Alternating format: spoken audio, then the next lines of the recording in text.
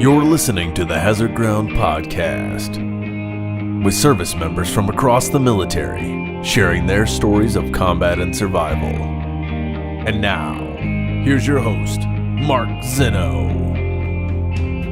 Joining us now on the Hazard Ground Podcast, another first since we have two guests on this week's episode.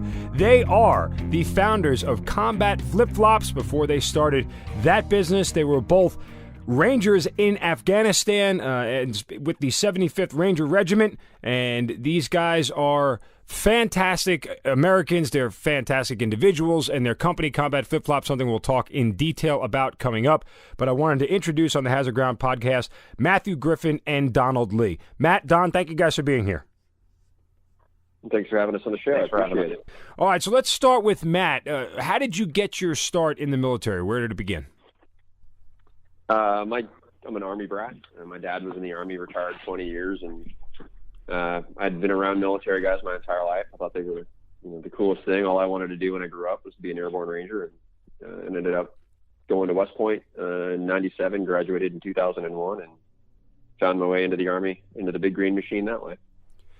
Matt, when you were going through all of West Point, the world was a different place. You graduated in 2001, so this is all prior to 9/11. Where were you on 9/11 when it happened?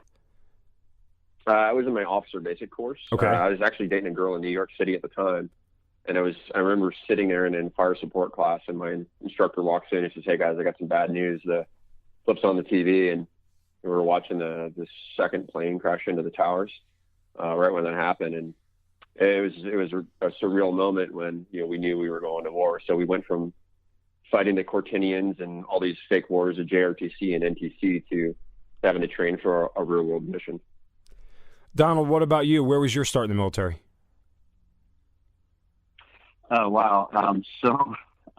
Joining the military, I actually went to college before I joined the military. I went to design school, and the military was kind of the farthest thing from my mind. It's something I wanted to do when I was younger, but I was kind of past that point. But after 9/11, the recruiting offices closed for a couple of days. As soon as they reopened, I went and enlisted with an Army Ranger contract right after 9/11. That's kind of how that happened. So it was pure patriotism at that point. Yes, sir. Well, I mean, it's kind of interesting when you put the two of you side by side. Donald, as you just told the story, that 9/11 was the impetus for you joining, and Matt, you kind of always saw yourself as an Army guy. I mean, when you guys share stories about that whole deal and how your paths ended up converging, do you think it ever happens if 9/11 doesn't happen? Yeah, I never really thought about it, but I'm pretty sure that we would have found each other through some crazy endeavor at some point in time. Crazy finds crazy. All right, so let's start with Matt again. 9/11 happens and you realize you're going to war. What were you thinking and feeling at that point in time? I think I felt very similar to the majority of U.S. service members that hey, we're going to go, and I was really focused at the time of being a really good platoon leader, fire support officer, making sure that if I was going to go to combat, I was responsible for the lives of 30 plus men and their families, and bringing them home and deploying them safely and bringing them back, and just really focused. I really wanted to get the best out of my training. I knew I wanted to go to the Ranger Regiment, and so I did pre-Ranger all through officer basic course, went right to Ranger school, picked my first post at Fort Lewis, knowing that they had a Ranger battalion there. I went to my first battalion commander and said, "Hey, sir, I'm going to come here. I'm going to do a stellar job for you, but my intent is to go to the Ranger battalion." And I did everything that I possibly could to kind of step forward and put in my packet. And in a conventional unit for 9 months, it never deployed. They were getting ready to go to Iraq, but my intent was to go to a Ranger battalion, and that was July of 2003 is when I went through rope, and that's where I met Lee in August of 2003 in the team room. All right. Well, Second Ranger Battalion. That's kind of interesting because, and for those listening, a fire support officer is an artillery guy, and artillery is just responsible for, for lack of a better term, lobbing those large rounds of munition at the enemy to protect the guys on the ground. Going to the Ranger Regiment, and that's something where you self-select. I mean, it's not like that is a conscious choice to make, and we've had other guys from the regiment on, and you're talking about one of the most elite fighting units in all of the world. How did you know that was something you always wanted to do? I remember being at West Point, and they, this is back before the war, so the units could do really cool display of force demonstrations. And it was a Thursday night before the Army Navy game my freshman year, and they did this mock display where the Navy guys captured the Army mule, and the Rangers were going to come in and do a hostage rescue, and they brought them out in the field. And we're all standing around the field, and this is the first time I'd ever witnessed anything like this. And out of nowhere, this 53 comes in, and it is spitting fire from 4 miniguns, and all of a sudden a rope falls out of the back, and it's pooping hate and discontent. Guys sliding down a rope, they hit the ground to run in, and just when I think it couldn't get any cooler, these RSOBs, that was back when the Rangers had the Range Rovers, and they looked like porcupines with so many guns on them. And this Range Rover comes firing out of the woods, hits a curb, jumps in the air, and the vehicle commander was on the machine gun. And he was firing the machine gun, but when they took the bounce, he started falling out of the vehicle, and he had perfect trigger manipulation, like let go before his field of fire got dangerous, bounced out of the car, rolled out of the way before the rear wheels could roll over him, got up running, and before he took his second step, he was already firing out of his rifle. Wow. And I just thought to myself, I really want to go work with those guys. And that was really my introduction into the Ranger Regiment, where I said, those are real professionals. They're doing real work, and that's where I want to go. And then I, being an artillery guy, good at math, I had some really good mentors who had come out of the Ranger Regiment throughout my junior military career. And when I was in officer basic course, the regimental fire support officer, Major Flynn, had just left that position to go teach at the school. And he brought us under his wing, and he says, hey, guys, if you want to go play with the big boys now, you want to use all the cool tools, you need to go be a Ranger fire support officer. And he showed us the slideshows of the little birds and the jets and all the mortars and all the cool stuff that we get to work with. And, as a young 22-year-old wannabe Ranger, I mean, that was it. I was sold. Well, for the record, you're the first person to use the phrase pooping hate and discontent on the Hazard Ground podcast, and we appreciate that. That was well said. Don, you guys met in the Ranger Regiment. You signed up for the Ranger contract. I mean, it's one thing to just be a Ranger, which is tough enough, but again, to select the Ranger Regiment, to go after that is something that's a whole different ball of wax. Why did you choose it? To be honest, I wanted to go fight with the best. I realized that, when I thought about it, when I thought about everything when I was enlisting, I thought I'm not knocking conventional Army or anything like that, but I realized at the time, my thinking was that there was a lot of guys that had joined the military for college money. And, there was no war going on. Nobody really expected this to kick off. So, I realized hey, I really want to go fight with the best. I want to train with the best. I want to go do that and be on the ground with guys that are there to win. I mean, meat eaters that are just there to absolutely just take it to the bad guys and come out ahead. I wanted to be with that. I wanted to serve with those guys, and I want to fight alongside those guys. So that's really why I enlisted with an option 40 contract. Was the Ranger Regiment everything you guys thought it would be? Matt, you first. That and then some. Yeah, it was everything you would imagine it to be, and a whole lot more. Don? Yeah, I have to agree with Griff. It was everything that I expected it to be, and then some. All right, so you guys get to the Ranger Regiment. How did the first initial introduction between the two of you end up happening? It was kind of an interesting experience because they had literally just gotten back from the Iraq invasion. And Lee was Bird 1, Chalk 1, in the Baghdad International Airport. And here I am, this cherry lieutenant with no combat patch. And everybody, including the new privates, are coming back with scrolls and stereo. And so it was just a really, really interesting dynamic. And I don't know how long it was, but they filled everything that I owned because I left a lock undone on my wall locker, and every pocket and jacket and kind of thing you could potentially shove something into mine had gay porn. shoved all the way through it. And that's really kind of what started our relationship. Yeah. Wallets, patches, stickers, everything, like everywhere. Rookie mistake, huh? Off our relationship. Yeah, it was a rookie mistake where the privates are giving the LT a hard time. And it was just fun. I mean, you had to understand where you're at. And it was just kind of the thing when you're the non-combat vet and you're the cherry lieutenant, you're just going to take a ribbing. And I just focused on doing my job well, and they just focused on doing their job well. We had a lot of fun in the process. Now, just chronologically, Donald, real quick, you actually deployed before Matt did? So you had went to Iraq before Matt had ever... Yeah. Okay, go ahead. Yes, sir. I deployed to Iraq for the initial invasion. So we were on that first run into Iraq. Now, what was that like? Yeah, like we said, we got back and it was an invasion. It was just. I mean, I don't know. I don't know. I couldn't explain it. It was, a lot of hurry up and wait, I guess. A lot of sand. I don't know. I guess it was just an invasion. I really can't describe that deployment. It was. There was a lot of hurry up and wait. There was a lot of. I really can't put it in words. I can't explain. What that deployment was like. Well, let's try it from this angle. Yeah, you signed up after 9/11 to go fight a war and go defend America. Was that sense of patriotism still the same feeling as you're flying into Baghdad?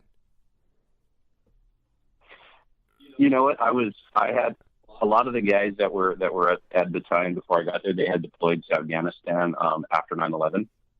And Iraq was my first deployment. So I was super green and I was super excited just to go out and kind of prove myself and earn that combat patch. I mean, it sounds really stupid, but that's kind of what I was, that was my thing. I was pretty hyped that it was my first deployment and I was pretty excited about it.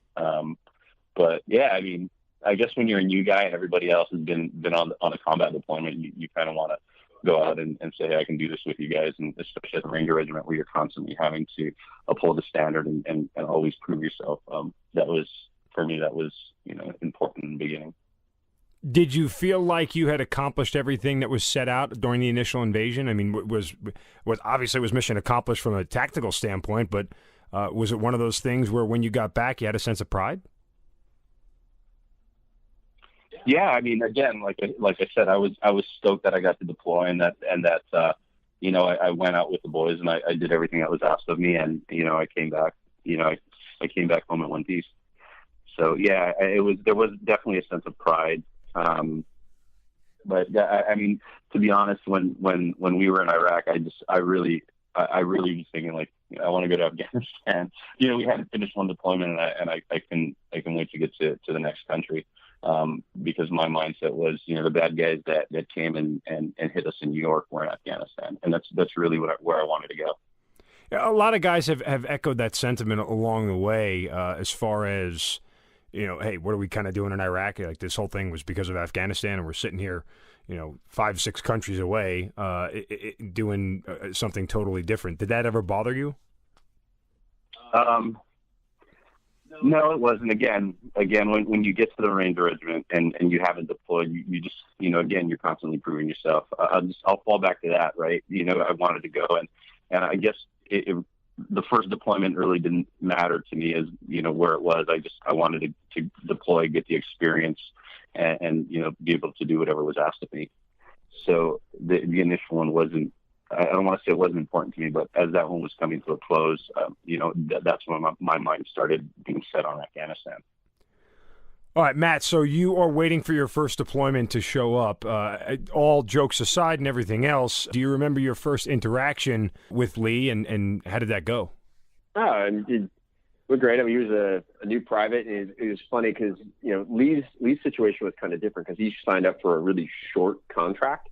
Under, the Patriotic Act. And so when he got there, they weren't going to waste a spot sending him to Ranger School because they knew that by the time that he got done with Ranger School, his contract was going to be over and he was going to go back to his civilian life in LA.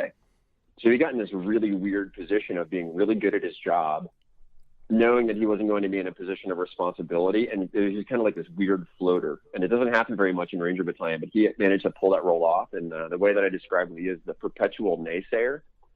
So he could almost get away with like, no, LT, that's a stupid idea. That's dumb. You shouldn't do that. And that's how our relationship started, was, not being scared, not being afraid. He was older.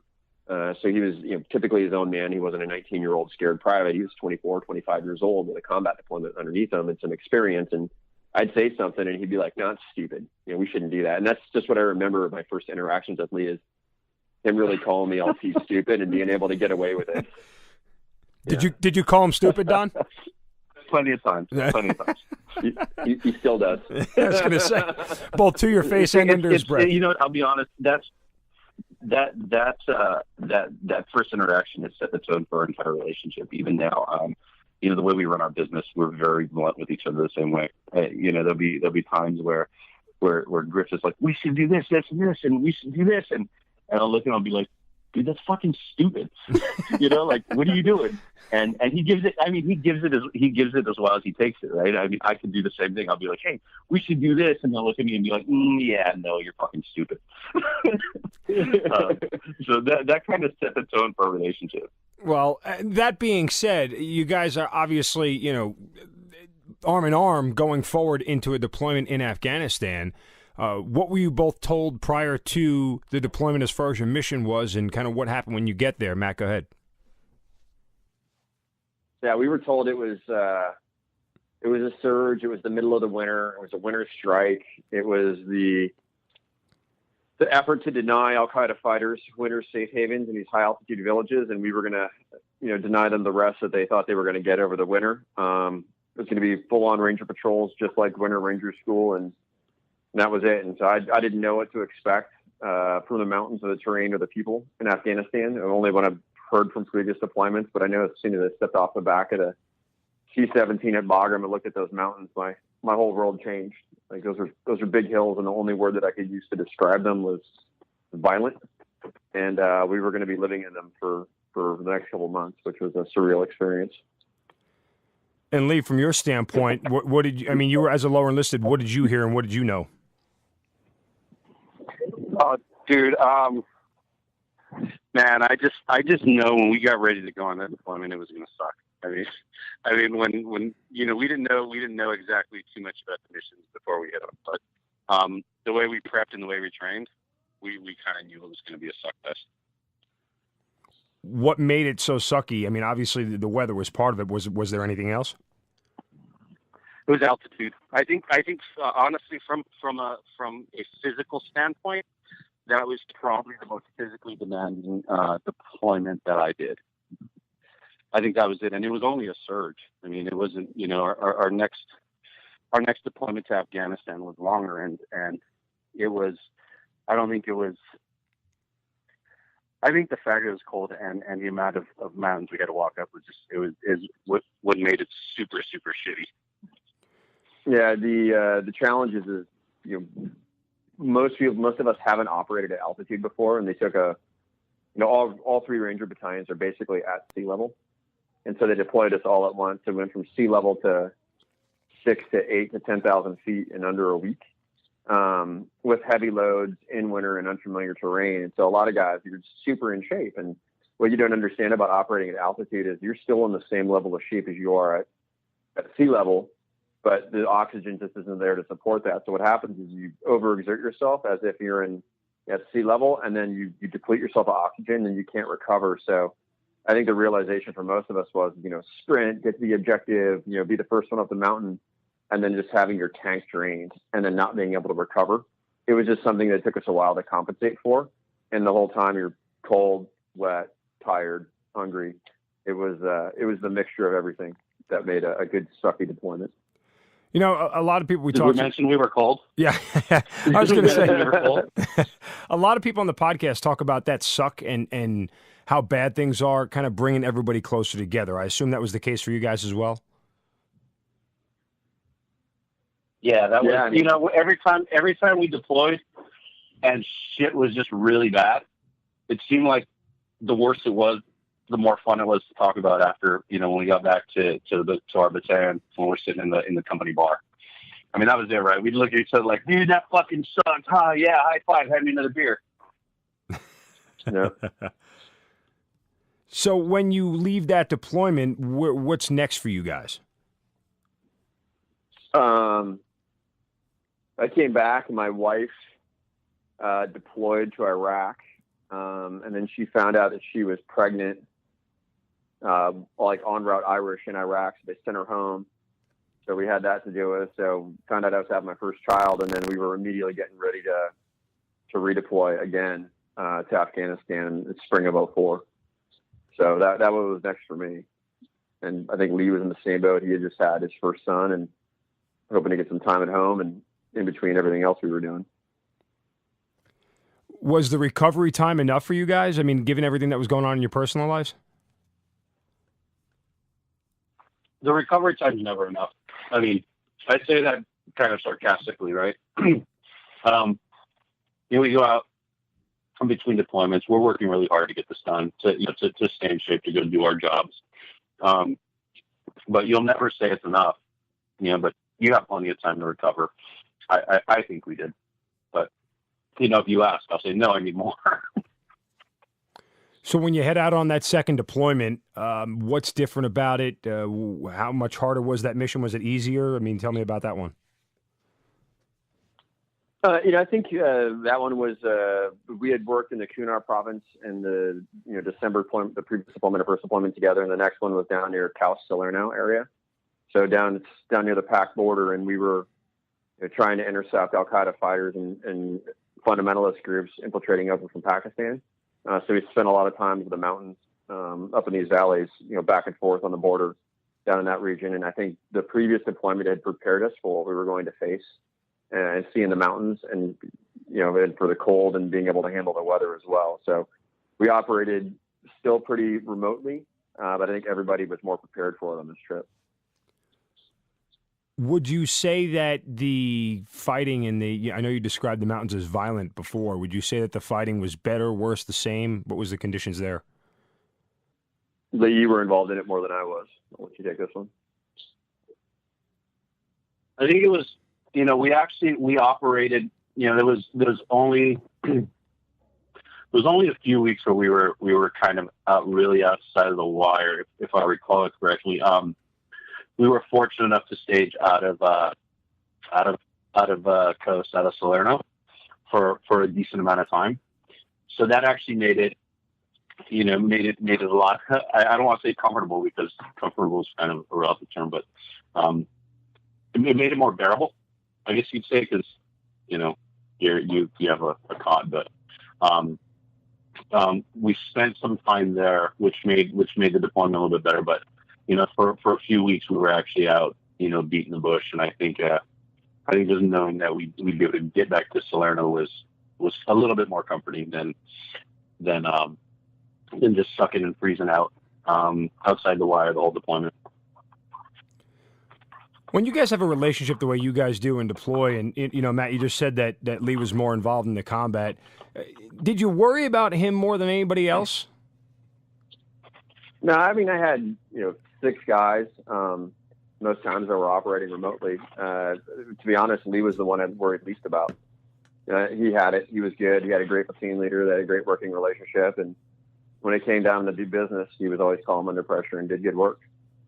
So I would say I worried about him the least. Lee, did you know he had that kind of confidence in you? Yeah, of course.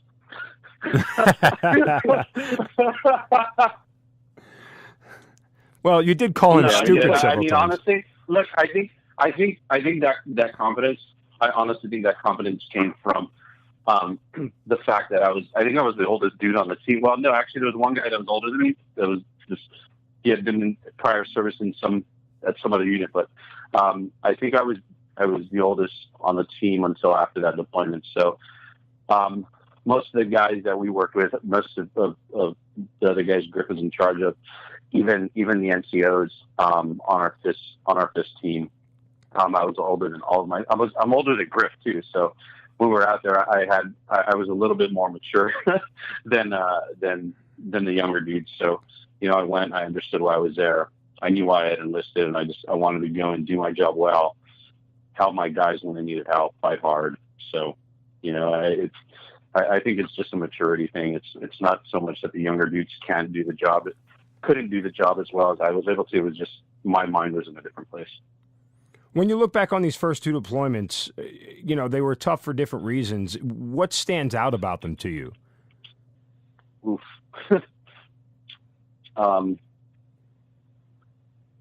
I think when we started having guys get hit and losing dudes, that's when shit gets real. Like when somebody gets shot or somebody gets killed. That's when thing really when shit gets real.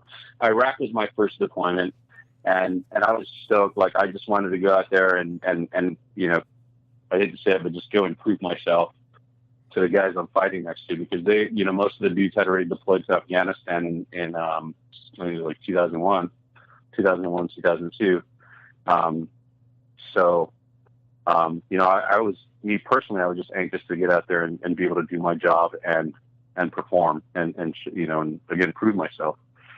When you start hearing that, so-and-so got hit or, so-and-so got killed, that's when things start changing between deployments. You can feel you feel one way. Like, my last deployment, I would save every piece of, every packet of charms and every beverage base. I would give it, all my pens and papers and give it to the kids. And, we lose a guy and I'm just like, and I hate saying it, you get very angry and you feel a certain way and your whole demeanor changes. Yeah. Lee, how did you feel about losing guys? Fucking suck. I mean, that's the only way to put it. It fucking suck. When you lose a guy and you hear that a guy, I mean, is it different when you're in the actual engagement and a guy gets hit as opposed to hearing that on another engagement a guy gets hit? Well, no, I mean, when I was talking about it, it was, guys from ACO 275, like, okay, our battalion, our company, one of our platoons. You hear that, or even like the first guy that we lost on my first deployment was Jay Blessing, and Blessing got IED. It was called Fob Charlie, and then they named it Fob Blessing after Blessing got killed. We had just drove that route. We established comms. We're hearing them come our way, and then Blessing gets killed. So all this stuff. There are guys, and I guess hearing your guys coming to you and getting killed, it is a lot different from being in the engagement and losing a guy. I don't want to say it's more personal, because these guys, like all these dudes, we live with, they're our brothers. We fight beside them. We're with them every day. So, it's the feeling is, I felt anger. I felt immediate anger. That's what I felt. Was there a sense by either one of you that with that anger to kind of even go out again and finish the job or get the guys who did it or anything like that? Yeah, I mean, when we got hit in a certain area, we would definitely go and make sure that we would find the person's responsible and the person supporting them, and then the network around them as well. It definitely went from tactical, go get a high value target, to okay, like you wanted to play ball, like play stupid games, win stupid prizes, and we definitely did that for a lot of engagements when things like that happen. But it's just challenging because I think for both of us, a guy in the hallway, you see him every day, having the chow hall, you run a PT test next to him, and you just expect them to be there all the time. And then when they get hit, then you realize that how many interactions or experiences you had with this person, and then they're not going to be there anymore, which is very, very difficult. And then or you see the guys who just get hurt, and you see them get pulled off the bird into the operating room. And then, they're like on the operating table and they're like flushing stuff out of them. You're like, holy crap, dude, that was close. Are you going to be okay? And then are they going to be okay? Are they going to be able to walk? Like, is their leg going to work anymore? Are they going to have to take their leg off? Like, are they going to have to reconstruct this guy's face? And you start thinking about all those other things too, is, hey, the guys who had passed, like you're at an immediate loss, and you start worrying about the guys who had gotten hit and are still there, and are they going to be able to recover? So it's just a lot of layers of consideration, after the fact, that I don't think a lot of us got into it expecting to have those questions. Lee, when you kind of go through that experience, does the unit ever be able to get back to normal again?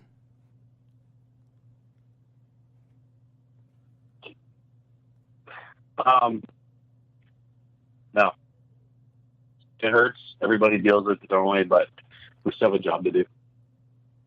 We still have a job to do, and our guys were trained good, and they learned how to get through it. You know, that might not be the best way in the world to get something done, but you know, when you're overseas and you're running missions, there's no timeout. I mean, it makes sense. Obviously, you have to go forward with the mission. There's certainly no debating that. Just everybody handles this situation differently. And, you know, guys, in the process of doing this podcast, I ask that question a lot because I'm always curious how people deal with it. I don't think there's a right answer for anyone. I don't think that there's a certain way you do with it. Some guys carry it, some guys forget it, some guys push it to the side until they get back home and open it back up again, and that's where they realize everything that they were feeling. Was there any of that for you guys? Yeah, every day. Every day, I think about things that I could have done different that may have saved a life. Yeah, I mean, even you know, I've been out of the Army since 2005. There's still, you know, I'd say 5 to 7, if not 7 out of 7 days, I still think about it. Is that regret or just the, you know, kind of damn, I wish that I had done something different? Like, does it feel like regret? Is it a burden? It's a burden because a good person's gone. One of your brothers is dead. You know, it's not regret. I mean, it's you know, any smart person, like, unless you're a knuckle dragging idiot, which, you know, we were, you know, we're not, right? We weren't.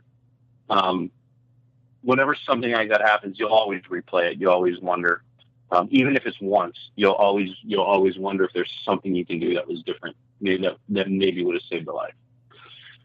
If you don't have that, if as a person, if you don't have that, there's something really wrong with you, especially if they're guys you're fighting next to.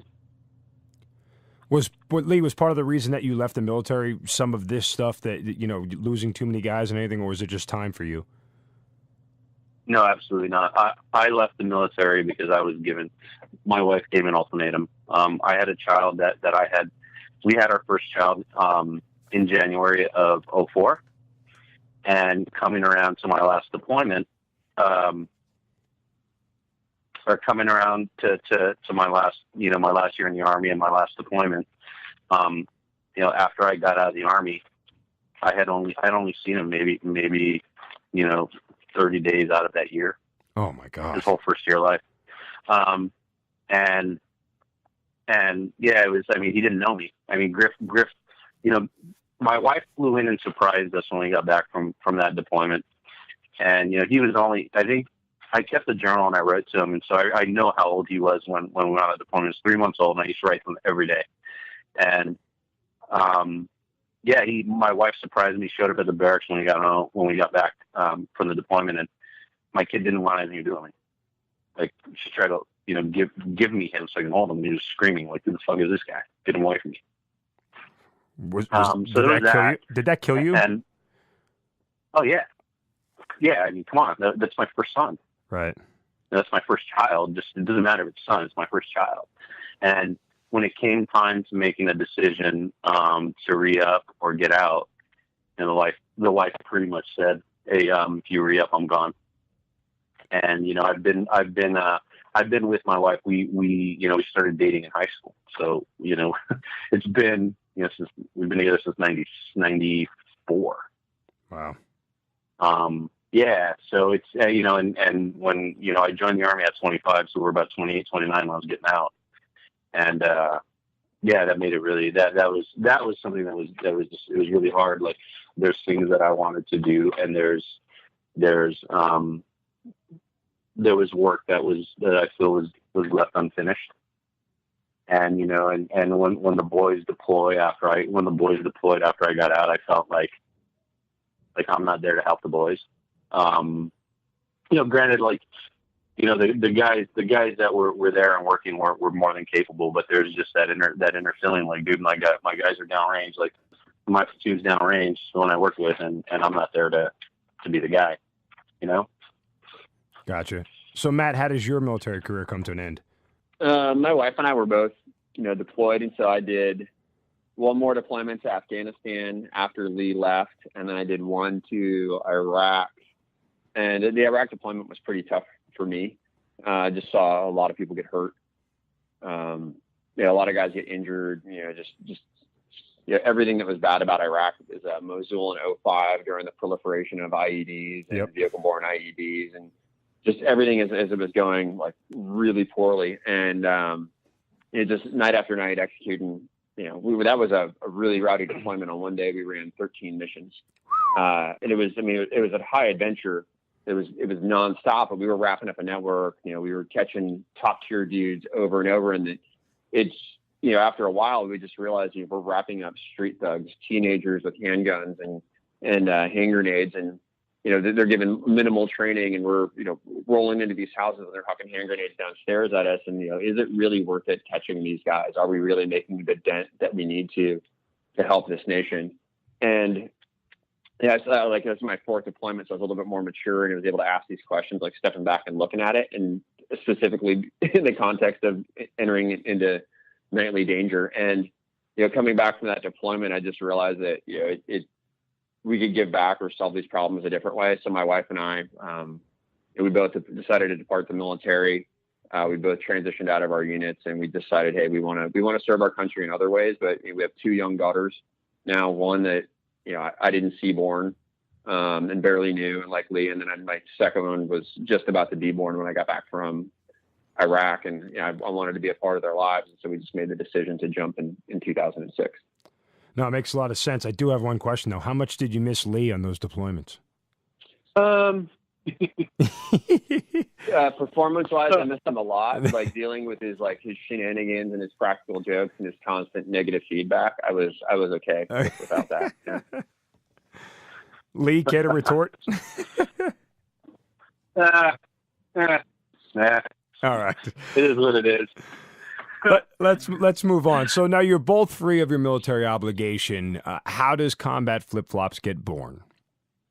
Lee and I both, while in these deployments, there's a lot of downtime. We'd always talked about running businesses, and he was he was in the e-com world and the .com world when it was really growing before he joined the military. And, I've always really wanted to be an entrepreneur, and I like the ideas of business. We talked about this idea of Cafe Racer, building these delivery coffee, like kind of espresso carts that a company would order coffee, and then this person would literally drive the bike over and make coffee right there, and then walk them upstairs, and the person could come down and get them. So that way, it was just a really cool coffee mobile delivery business. So people wouldn't have to leave work to go get a nice coffee. And that was the first idea that we had. And he departed, went to LA and was working, and I departed and took a job building houses, and we just always stayed in touch. And then, a bunch of different jobs between both of us later, I ended up back in Afghanistan and found this combat boot factory that needed some commercial work once the war ended, and saw a flip-flop on a table with a combat boot sole on it and thought it was cool, and said, hey, this is a great online business. I bet you we could make this thing work. There's one guy I know that I can call and make this happen. So I walked out of the factory and I called Lee. I think it was 2:00 in the morning in LA, and I said, hey man, let's make flip-flops in Afghanistan. Let's buy the domain combatflipflops.com. And that was it. That's how it started. So Lee, you're asleep at 2 a.m. You get a phone call from Griff. Is your first thought, is something wrong? Or now you're thinking this guy's freaking crazy for calling me that late? I don't sleep. Oh, okay. I don't sleep. So naturally I was awake working, and no, it was one of those things. He calls me up, and I'm like, all right, buddy, Cafe Racer still sitting there waiting to get launched. All right, I'll buy this domain. Hold on, let me get right on that. So I did though. We got it. It was funny though, because I get the call, we do this stuff, he gets back stateside, and it's still a few months before we even did anything, right, Griff? What was it, maybe like 5 or 6 months before we brought Andy in the fold and really started rolling? Yeah, because that was 2009, and then Andy and I went over the idea in November of 2010, on the way to his bachelor party in Montana. But we were about a half rack of Rangers deep and started talking about it. And Andy is whom? Andy is my brother-in-law. So he's the third co-founder at Combat Flip-Flops. So my wife and his wife are sisters. So he's, we call him the Wookiee, but he's a 6'6" Austrian dude who's now he was a professional painter, kind of production commercial paint guy. And then he, throughout the process of Combat Flip-Flops, he, came in the week after I discussed the idea with him on the notepad. He's like, talk to me about what you want to do. And then so I just started sketching out some ideas. Like, well, this is the AK. I want to brown and tan. I want the upper to be darker tan. I want AK casings in the top. And I want this kind of embossed logo in the heel. And I just kind of drew it down on paper. And 2 days later, the guy taught himself SketchUp. He's like, is this what you were thinking? And he brought like a digital rendering of the product. Like, yeah, that was it. He's like, well, I think I can make that. So who do we know? And we just called Lee, and Lee used to work for a shoe company, and said, hey, can we call your guys and see if they can help us make footwear? And then we started figuring it out, like how to make footwear. What do we need to do? Like, who do we need to talk to? Where do we get materials? How do we get tooling? And it's just every time we ran into a roadblock, Andy figured it out. And he's a GSD kind of guy, get shit done. But the big thing about Combat Flip-Flops is that you wanted them to be made in Afghanistan, correct? Correct. So there's a saying that's borders frequented by merchants seldom need soldiers. And in the process of, returning to these conflict areas after the military, I found that I was safer as a civilian doing business than I ever was in body armor and carrying a rifle. Entrepreneurs are the guys who are there who are creating the local security. They're creating the local leaders. They're investing in education because that's what they need to run their businesses and be profitable. So everywhere I went when we were doing business, we were safe. So there was no apprehension. I'm sorry, Matt, but there was no apprehension about entering back into Afghanistan without a weapon, without body armor, without protection. You felt safer. Oh no, not the first time. Oh, okay. The first time I was obviously nervous, right? It's like, what do you expect? I mean, I was in a high alert going in, and then pretty soon you find yourself, surrounded by people, and you get to see things that you never saw in the military. People are different to you when you don't have a gun on the table, or when you don't, blow their gate off the hinges or their door off the hinges and zip cuff them in the middle of the night. It's weird that you get a really nice positive reaction when you're actually going to an area, conversing with somebody, shaking their hand, giving them a hug, eating dinner, breaking bread, doing business. You get a much different reception. And I never experienced that in the military. And when I started doing it in business, I thought it was a very positive way for us to interact with these nations. So that was the mindset, is say, hey, let's go there and let's interact on a business level, create positive relationship, and then grow local leaders and entrepreneurs and business owners there, because in the end, that's what's going to create sustainable security. Lee, did you have to go back to Afghanistan as well? No, I didn't. Okay. No desire to go back as a civilian? No desire whatsoever. I'm bullshitting. I wouldn't mind going back. I just, maybe not now. Maybe in the future I'll go back. I mean, we still do business there. There might be a day and time where I'm like, okay, let's go. Let me go back. But not now. Right. I won't say never, but just not now. So you have this prototype made, and what's the next step for you guys? How do you mass produce these things?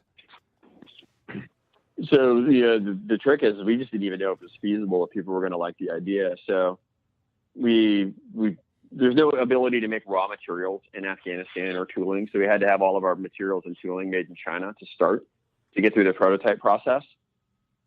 So we got them down to what we thought would be cool. And then we created a Facebook page and we shared it out to some people. People were like, yeah, that looks really cool. I'd buy them. And so we sold my motorcycle and a boat, and we bought 200 pairs of samples, and we threw them in a duffel bag, and we went to the SHOT Show in Las Vegas and talked to bloggers and tactical folks in the industry who thought they would write about them to be cool. And then went to the Outdoor Retailer Show and talked to people in the outdoor industry about our products. And Lee built a website in, I think, 48 hours in order to be able to take pre-orders. And we were selling product, and we'd sold like thousands of pairs. And then we just had prototypes and samples. So the trick was to get the pre-order status, to get the cash in, so that way we could pay for our first production run. So we had significant amount of cash in the bank. We go to our manufacturer, hey, let's order the materials. We told our factory in Afghanistan, we're going to have the materials to you in 2 months. We need you to make them and then let us know when we can ship them out. And everything was going according to plan. And then Obama announced the end of the Afghan war in December 2014. So all the contracts that were supporting our factories or covering the overhead in our factories got pulled. And so our factory went under. So the exact thing we were trying to prevent from that factory from going under after the government contracts ended, it happened right with us after dollars were on the table. There was a cross-border shooting between U.S. forces and the Pakistan forces. So the supply route from Karachi to Kabul got cut off. So we had to airlift our materials in. And it was just like debacle after debacle after debacle. So June delivery turned into July, turned into August, and eventually Andy and I just got on a plane with some duffel bags and we flew to Kabul to go get our footwear. Wow. And when we got there, we got them. We were super excited. We knew the factory was going to end. We were still continuing to sell product. So we wanted to find another factory. So, in the process, we picked up the footwear, we dropped them off in our facility, went to go look at other potential manufacturing options. And the next morning we get up, we start QAing all of our footwear, and it was 100% failure rate. All of it was bad. Gave our material supplier in the rush to get the products over there, because the factory was closing and the supply route being closed, we needed to put all of our stuff onto an airplane, and we had some very tight timelines and windows to get to. And because of that shortened timeline, they pulled a bait and switch on materials for us. So we had thousands of pairs of beautifully assembled footwear out of bad materials. So like what, the flip-flop itself wouldn't stay together, or the sole just wasn't holding up well? No, like the leather wasn't right, or the chrome on the tuck-tucks was rusting already. The blue on the footbed leather, the Poseidons, is bleeding into your feet.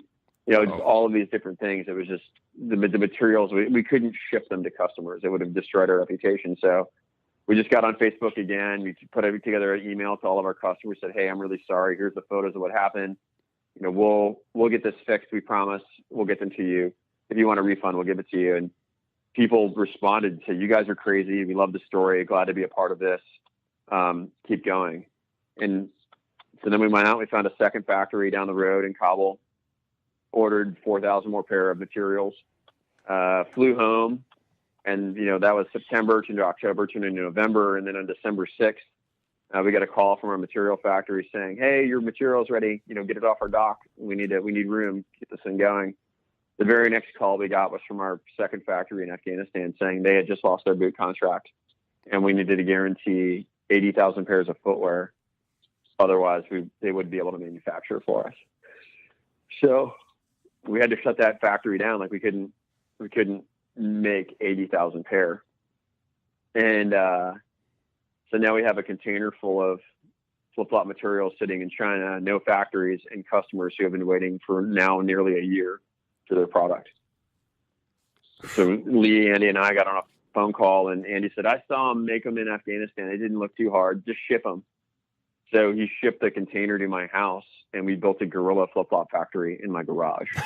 And between February to April of 2013, a whole team of family, friends, fellow veterans all came together, and we manufactured thousands of pairs of flip-flops in my garage, delivering to customers. Pretty cool. It was a fun experience. And so the fail rate on those was 0? They were all good?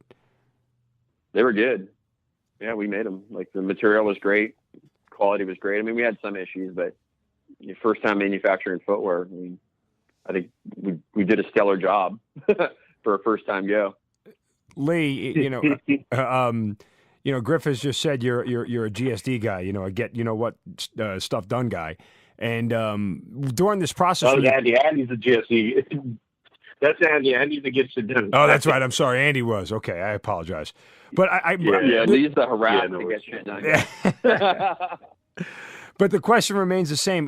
How frustrating was it? Disheartening? Were you discouraged at any point in time during this whole thing? No, I was pretty fucking upset, to be honest with you. You know, the call where we decided to have the raw material shipped to us. I was pretty heated because I can hear, you know, like through this, you know, when Andy and Griff went to pick up our stuff in Afghanistan.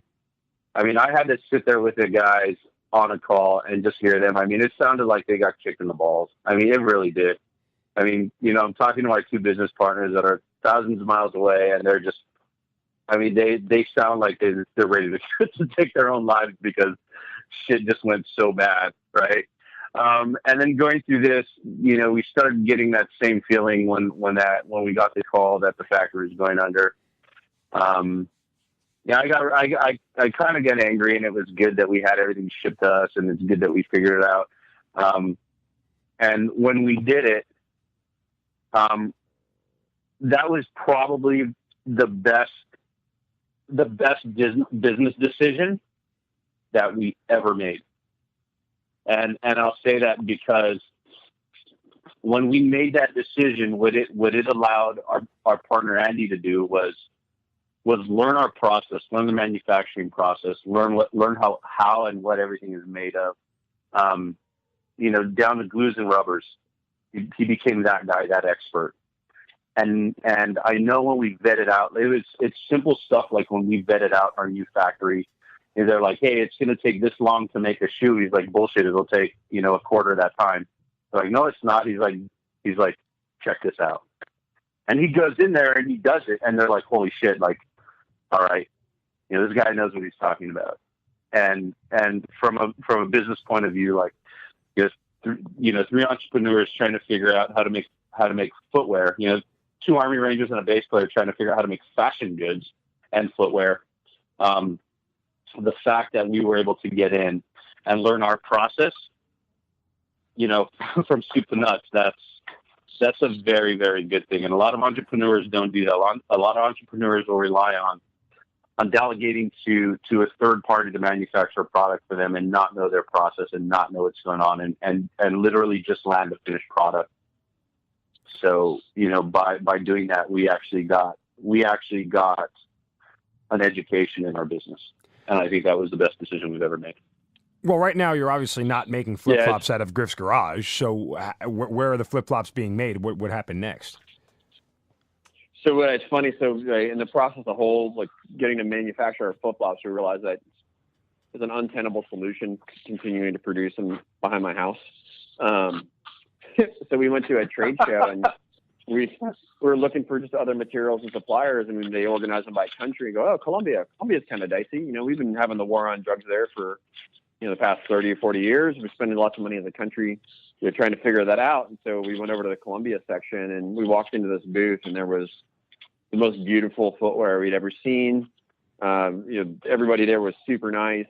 They threw out the leathers. They were beautiful quality. And then they flipped it over on the back, and to the penny, it was what we would have to pay in China for leather at 20,000 units. And we could get it at 200 units.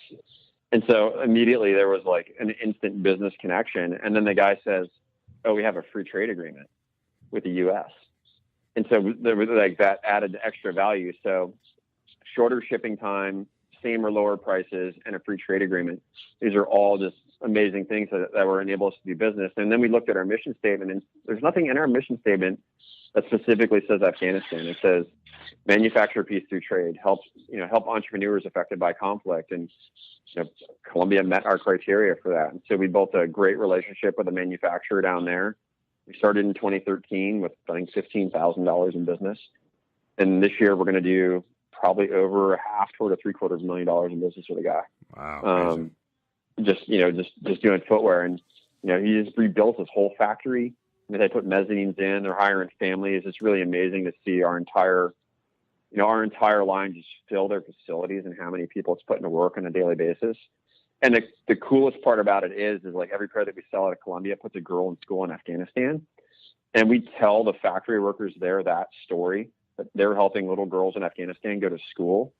And it's really surreal and visceral, and they become immediately proud of what they're doing. The quality of work is there, and they know they're helping somebody else that needs help too. And it's just from start to finish, they've just been an amazing partner. So let me ask a devil's advocate question here. You guys, the three of you, are red-blooded Americans. Two of you served your country. Why would you take your business overseas and not make it in America? I'll answer that. Like, you won't buy the product that we make in America. It's too expensive. When we had to ship our container to our house to manufacture, I tried everything possible to not have to manufacture them on our own. I called every shop that I could possibly find in the continental United States that would receive our materials, assemble them, package them, and ship them. And it cost, just for that process alone, not including the materials, it cost more for the labeler and the packaging by like 20 to 30% in 2013 than what we manufacture them for and delivered right now.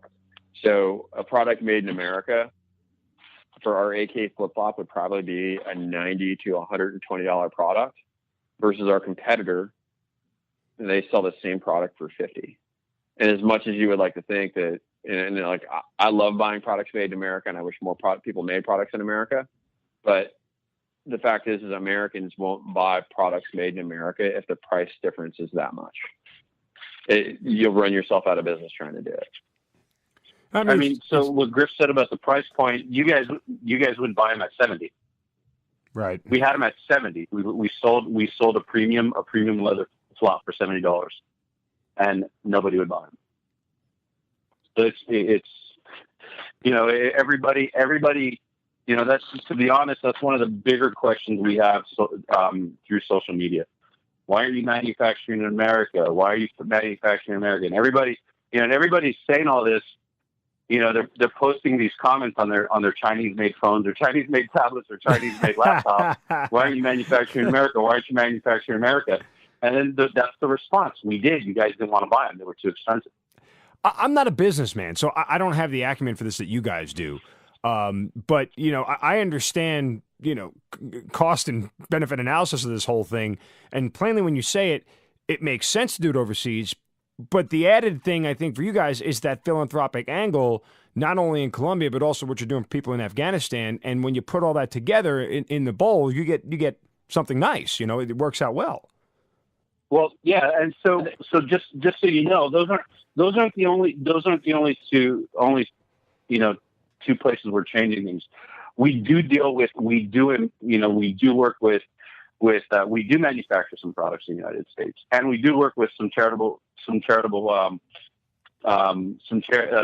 foundations in the United States that are veteran based. So a lot of people read a headline on an ad and not know what the fuck they're talking about and start going on a tirade about fuck you for not helping Americans, fuck you for your veterans, and you're fucking your own veterans over. Why aren't you doing this, and this for veterans? And our answer is like, hey man, why don't you take 2 seconds and just read what we do? Right.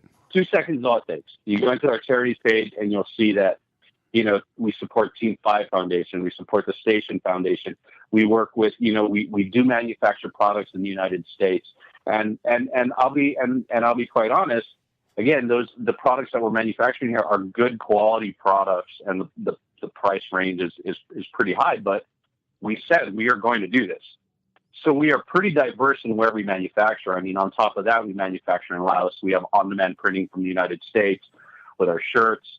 We employ local vendors. Ethical local vendors. So we did it for a long time with shirts. Sticker, just everything we can do here, we do here. Everybody we can help here, we help here. It's just, we have some other stuff that we benefit people overseas, and we have reasons for doing it. Listen, when you explain it, I think it makes a lot of sense. Over the idea.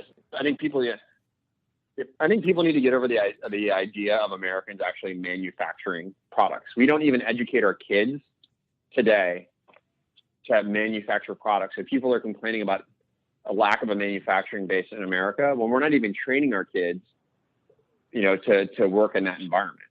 It's tough to do, but my response is, hey, like, I do hire Americans. I have a customer service lady. Her name's Jill. The guys over at Minuteman Press, Keith, insurance, Kevin, are 7 degrees, or, there's like 7 degrees of separation, or like all the other stuff that we do that's in America. We create jobs that they're not manufacturing based. And I think people just have this romantic idea of a craftsman, making stuff in a garage, and that's where the jobs are at. But we're America. We come up with the next best thing, the next greatest idea, right? And then we're supported in the evolution of that idea, and it's just how it works. Like, people just aren't making things in America the way they used to anymore, and we need to really make sure that we're educating our kids, our consumers, and everything else. But that's okay because of where we're going as a nation and how we're still being leaders and we're creating jobs in other sectors. Speaking of the next great idea, you guys ended up on Shark Tank. For those who don't know, you guys were on Shark Tank. Tell us about that experience and what was the end resolution for you guys? We killed it. It was fun. I think the stats are 55,000 American businesses apply every year. They down select 200. They film 170. They air 150. Out of those that air, about half of them get deals on air, which is about 75. And about half of those that get deals on air close through due diligence. So it's about 35 to 36 companies a year actually get full investment and partnerships with the sharks out of 55 to 60,000 American small businesses that apply. And the craziest part is we didn't even apply. Really? They invited us. Wow. Yeah. Yeah, and so they'd heard about us through one of our great PR hits through an article written by Wes Tyler in Gizmodo. Now he's at Outside, but he wrote this crushing article on us, and one of the producers read it, invited us down, and I don't watch TV, so I get this call at Tuesday in the evening. I'm like, hey, some producer from Shark Tank invited us on the show. I don't know. I don't think I want to be on the show. It's kind of like American Idol. They destroy small businesses. And Lee says, are you crazy? Are you high? Are you high? What's the matter with you? He's like, this is a chance for us to get in front of 11 million people. Like, this is our chance. Let's go. Let's do it. And then I realized that he was right. He was definitely right. And so we called the... Say that again. Say that again. I knew you were going to do that. Say that again. Right. Yeah. You were right, Lee. And we called the producers back and said, and send us the packet. And so I probably had about a 6-pack of beer, and you can just tell they have this form. It's got 6 or 7 responses, lines open for responses per question. And I might have made it to the end of the second line for one question, maybe. But I mean, it was literally just really short, blunt answers to all the questions. And I sent the packet to him. And he's like, this is great. I love it. Can you guys put together a trailer video? Oh no, screw it. I'll just put one together. And they said they pitched it in front of the decision board, and they said they had a 2-minute video and they didn't even make it through 30 seconds. And I'm like, yeah, invite those guys down. And for weeks, I mean, we pretty much abandoned everything else we were doing as a company and solely focused on training for this event. And we got the measurements to the room. We knew the timing. We watched all the episodes. We patterned the sharks. We strategized, war gamed, rehearsed, timed everything out. I mean, we were rehearsing like we were doing a hit because it was essentially a Ranger raid, and we did it. Right? It was fun. So who bought into it? On air, Cuban, Damon John, and Lori Grenier, and it went in for $100,000 each at 10% of our company. So we had $1 million valuation. Going on the show, which is pretty crazy. A couple guys that have a crazy idea in a combat boot factory in Afghanistan, and a couple of years later, it's now worth $1 million. I think it's pretty rad. It's fun. And then through due diligence, we decided to partner with Mark Cuban, and so he's on as a partner in our company, and we've been jamming forward ever since. So it's been a spectacular relationship, and the doors that have opened and the mentorship we've gotten has been phenomenal. That's outstanding. It's just an amazing story, gentlemen. I mean, the guy who still wears a uniform, proud of what you've done, in wearing the uniform as well. But certainly there's nothing more gratifying for us on this podcast to hear veterans who are doing great things and continuing to represent other veterans. And it gives a lot of hope to a lot of guys out there that, hey, that we can still do other things other than put on a uniform and go travel to faraway places and things of that nature. So, major props to you guys. But go ahead. Let me say this, right? There was quite a few times in the short history of our company where things were very dire. I think that would be the correct word to use. That were very dire, and it was always the veterans that supported us. It was always the guys. It was always the boys that supported what we did. And I don't you Griff always says what do you always figure? It was a fortuitous series of events, or what's the term you use? But a serendipitous series of events. That's the term Griff always uses, and that's what it's been the whole way. I mean, when everybody, other than the boys, we've heard you're not gonna make it. This isn't gonna work. This isn't gonna work. We've heard that so many times, and we've been at very low points, and we've been at points where it's like, fuck, is this really gonna work? Like to the point where I don't want to say we're doubting ourselves, but like things just aren't looking very good. And one way, shape, or form, the boys will come through and some guys will come through and buy some product, and we'll have a little bump that month, and we'll get through it. Same thing a couple months later, we might be hurting, but a veteran owned boutique would place an OEM order or place a wholesale order to sell. And we've been through so many of those low points where the veteran community has actually helped us. I mean, they got us through everything. They kept us alive. They kept us alive long enough to get in front of those 11 million people, and that's something we'll never forget. Like we always say that, Griff. Every day I'm like, Griff, like we need to open up an initiative where we have strictly veterans doing this. We're figuring it out. There's things that we're working on, but I just wanted to say that it's been the veteran community that got us where we are. Listen, without the veteran community, we wouldn't be where we are. It's perfectly said. We probably wouldn't even be around. I mean, it puts a perfect cap on this thing, because I think that's part of the reason we do this podcast, is for that same reason, just to keep us all together, keep us all connected. And I think that when we do that, we're all stronger for it. I know that, you guys obviously have a business to run, but what can listeners of this podcast, when they go to Combat Flip Flops, what can they do?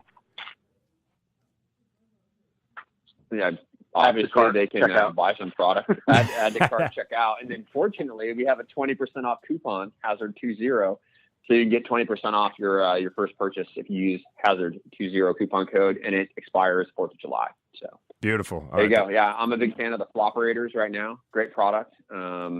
And then we have our monster patches that go on the flopperators as well, so you can deck them out. We have a slow is smooth is fast patches, American flag patches. We got a whole bunch of variety of them, so they're pretty rad. So you can change up your flip flops for your style.